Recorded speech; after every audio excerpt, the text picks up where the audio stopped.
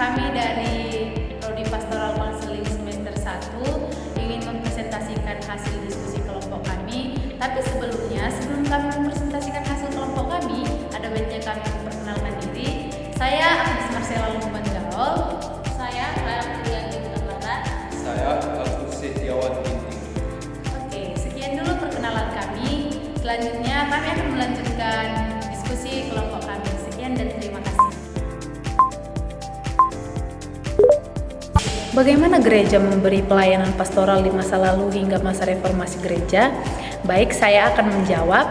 Pada masa lalu hingga masa reformasi gereja, pelayanan pastoral berkembang melalui beberapa tahap sejarah. Gereja mula-mula memberikan pelayanan dengan menekankan kasih dan solidaritas jemaat, di mana mereka tidak hanya memenuhi kebutuhan rohani, tetapi juga kebutuhan fisik anggota jemaat.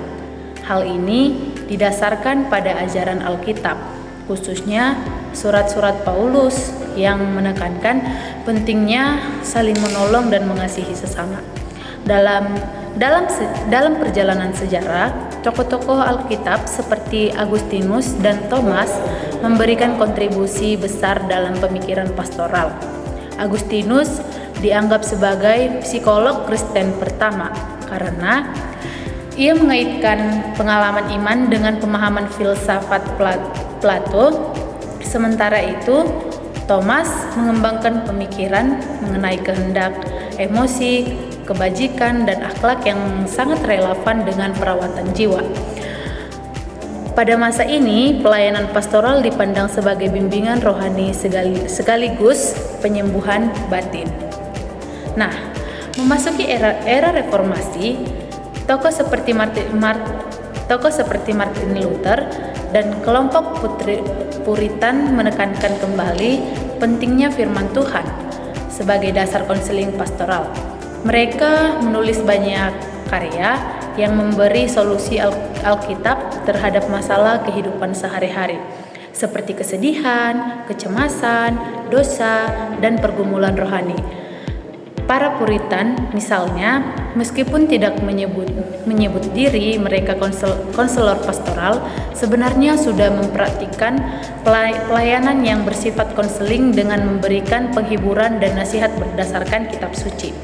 Dengan demikian, sebelum masa modern, pelayanan pastoral lebih banyak dipahami sebagai pengembalaan rohani, bimbingan iman, dan pendampingan moral. Gereja menjadi pusat konseling sekaligus penguatan iman, di mana pelayanan pastoral selalu dihubungkan dengan ajaran kitab suci dan pengaruh teologis para pemimpin gereja dari masa ke masa. Sekian jawaban saya ucapkan terima kasih. Saya akan membahas pertanyaan kedua, yaitu bagaimana integrasi teologi dan psikologi berkembang di kampus dan gereja. Integrasi antara teologi dan psikologi berkembang baik di lingkungan kampus sebagai bentuk kerja sama antara ilmu pengetahuan dan pelayanan iman. Di kampus, integrasi ini mulai tampak sejak masa Wilhelm Wundt yang mendirikan laboratorium psikologi pertama di Jerman pada tahun 1879. Tokoh lain seperti William James di Universitas Harvard juga berperan besar dalam pengembangan psikologi fungsional yang dipengaruhi teologi evolusi Darwin.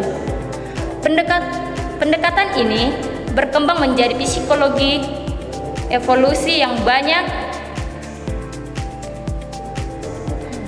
digunakan hingga sekarang.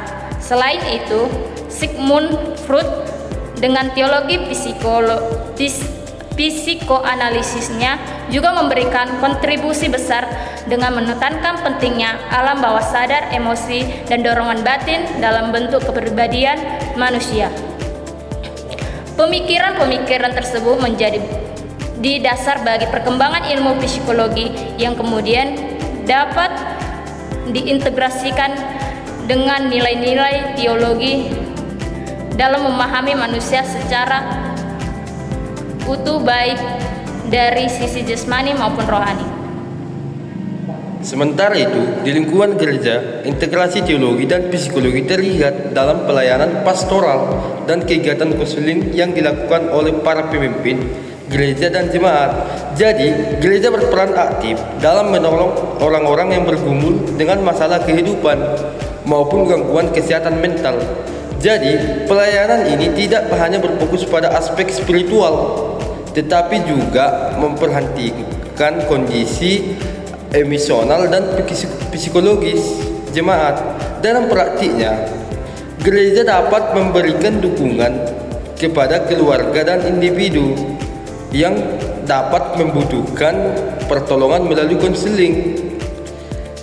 konseling awam, pendampingan rohani, serta pelatihan pastoral klinis bagi pendeta dan pelayanan gereja. Dengan demikian, gereja dan komunitas iman menjadi tempat yang berperan penting dalam pemulihan, baik itu pemulihan mental dan spiritual jemaat, sekaligus membuktikan bahwa iman dan ilmu dapat berjalan bersama untuk membantu manusia hidup lebih seimbang baik itu secara spiritual maupun psikologis.